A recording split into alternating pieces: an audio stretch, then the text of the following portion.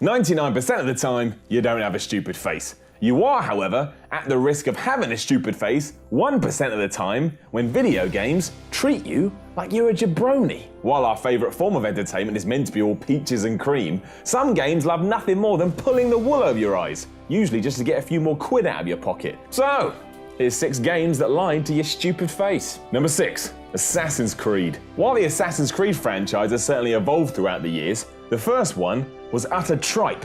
I had to play through that garbage the whole way, and I was angry the entire time. In fact, I'm still angry now. What the hell happened? And why was I so viciously tricked? All the marketing for Assassin's Creed right up to release painted the experience as one you could craft yourself. With an historic Middle East setting, there were going to be multiple targets to kill, and you were going to be given the keys to an assassination simulator that would push the medium to new heights. Then the thing came out and there was some weird sci-fi shit, and you just did the same thing over and over and over and over again and then looked for feathers. Seriously, the whole thing was just one level repeated constantly. Imagine you bought a book that did that. Chapter 1 was the same as Chapter 2, Chapter 3, Chapter 4, Chapter 5. You'd be well mad, as was I, with Assassin's Creed, because it was a big lie. And shit. Number 5. Anything Connect. Think about all those amazing Connect demos you saw over the years. Milo and Kate, Fable the Journey, Star Wars Connect. All looked great when they were shown off at E3 or some expo. When you brought them home, you soon realized it was all a big joke. And you were the punchline. Who hasn't pretended to be Darth Vader while wielding a fake lightsaber in the comfort of their own living room? We all have. Star Wars Connect was pitched as our opportunity to do it for real. Kind of. And yet when you tried it, you may as well have been swinging around a dildo. It fell so far short of replicating the experience. It was the same with Milo and Kate. We all fell about on the floor screaming "Revolution" when we saw that. It never even came out. I mean, what the hell? People invested in Connect based on what they'd seen over the years, and rarely did it ever come close to what was being sold. I mean, not even Microsoft could get it right when they showed it off on stage. Remember this? You ever wonder what the bottom of an Avatar shoe looks like? Well, bam! There it is.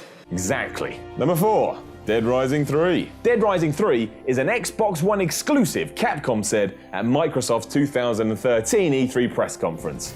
And then on June 5th, 2014, Capcom said it was coming to the PC. I mean, it's not a huge lie. In fact, it's not a big deal at all. I barely care. It's like these maniacs that went all crazy in case Gears of War 4 came to the PC, and when it was announced for the PC, nothing in the world changed. But yeah, it's still not true. You cannot say that Dead Rising 3 is exclusive to the Xbox One, because you'd be lying. Go think what you've done. Number 3. The Fable series. I love Peter Molyneux. He's basically a pro wrestler in video game form, hyping you up with all these things that sound too good to be true before you soon realize that these things were too good to be true.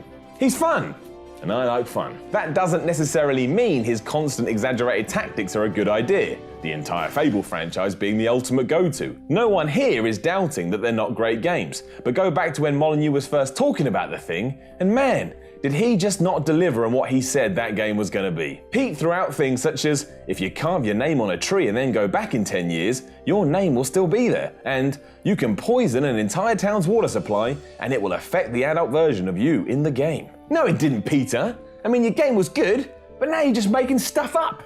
Come on. Number 2. Aliens Colonial Marines. Just one big lie from the start, really, wasn't it?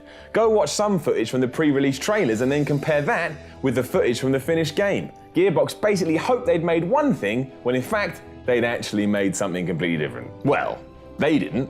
A company called Timegate did, because Gearbox was so busy with Borderlands 2, it didn't feel as if it had the resources to get both done. So it outsourced Colonial Marines but didn't feel the need to tell anyone, which is so shady you could use it as a parasol. The end result?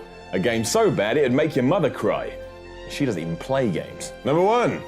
Dark Souls. In this instance, you're the liar, and you're lying to yourself.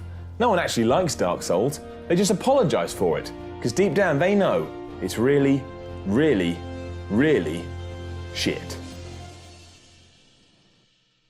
That was a joke, people, so calm down. If you love Dark Souls, good for you. Now make sure you click the subscribe button to subscribe to VideogamerTV, and then click the left video to see the 10 best games of 2016 so far, and click the right video for another list feature. It's like a surprise. Click it and find out.